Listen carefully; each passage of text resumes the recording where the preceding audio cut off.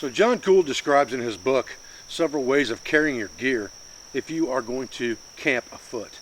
One of the ways that he describes is the horseshoe bedroll. This horseshoe bedroll was very common carry during the Civil War by soldiers of that era. It was very simplistic in that all of your gear that you didn't need immediate access to would be rolled up in the blanket, and that would be slung over your shoulder just like this in horseshoe fashion. Gear that needed to be gotten to immediately or on the trail would be then kept in a haversack, and you would carry a canteen for your water.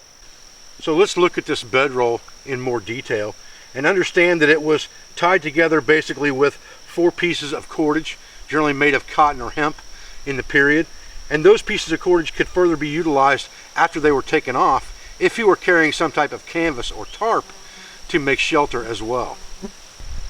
The knot being used to hold this together is a very simple jamming type knot that comes undone very easily. I can break it down fairly simply and take it off. I'm going to explain to you real quick how this is done. I've got a knot in one end of the cordage here to keep it from fraying out. I have a knot in the other end of the cordage to keep it from fraying out. And then I have a knot a few inches down, 5 or 6 inches down, that becomes a stopper knot.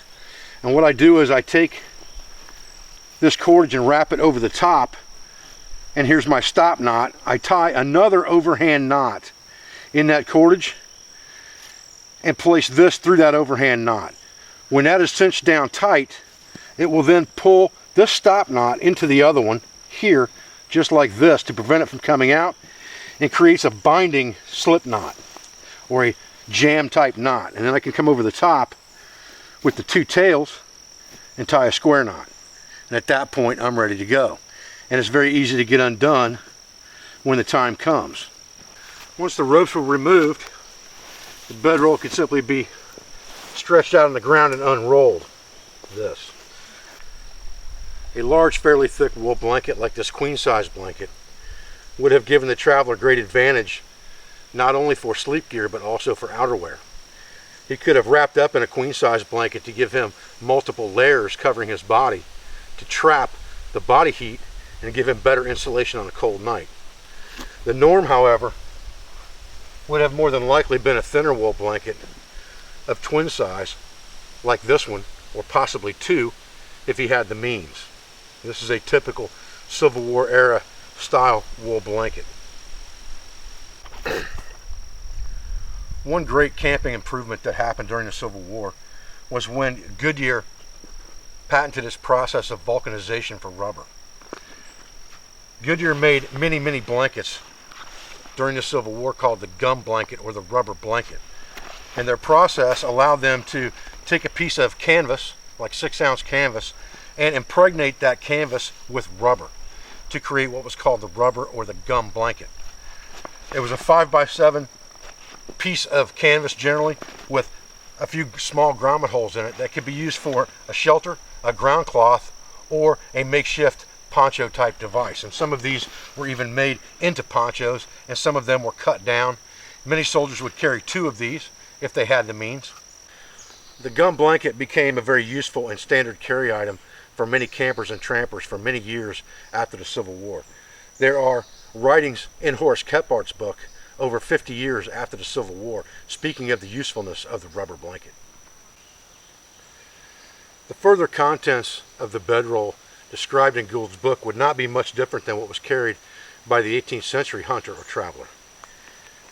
A pair of extra woolen socks, some type of bag that could be used to makeshift a pillow, a rag that could be used for personal hygiene, and the items inside like lye soap, a boar's bristle toothbrush, and tooth powder, and then some type of sleeping shirt or night shirt or spare shirt or garments of some kind.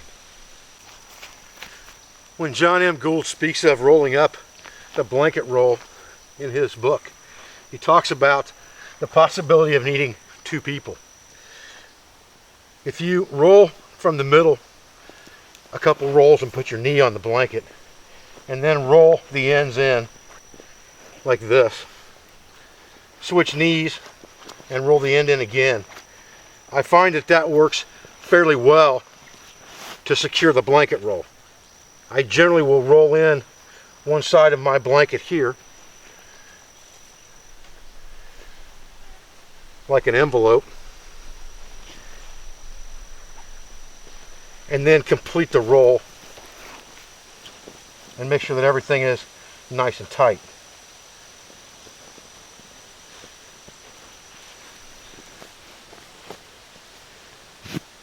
And then place my ropes on my roll.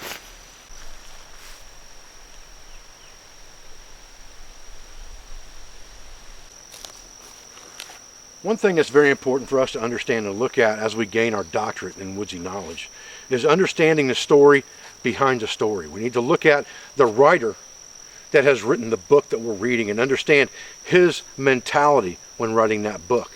When you look at John M. Gould's book and he talks about camping out, he's looking at that from a perspective of a person who was a Civil War soldier. And this type blanket roll, while it may fit lots of people very well, you can see that even with the Civil War era type blanket rolled lengthwise, it's very short when it's pulled together on my body stature. And that's important to understand. I'm only 5'8", a little over 200 pounds. But most of the Civil War uniforms that I looked at, of the 50 or so that are on display at the Civil War Museum in Dallas, Texas, I don't think any of them would have fit me. Most of them look like they were for someone who was about 5 foot to 5'6", and probably 120 to 150 pounds or less. So a carry like this that's folded over your body is going to be much different on someone of a larger stature with a wider chest and bigger shoulders than someone who is fairly narrow in stature. And most of the Civil War uniforms that I saw were built for someone fairly narrow in stature. I've also seen pictures on the internet of this exact carry in period photographs of Civil War soldiers. There were 3 soldiers pictured in that photograph, and none of them looked like they weighed over 120 pounds.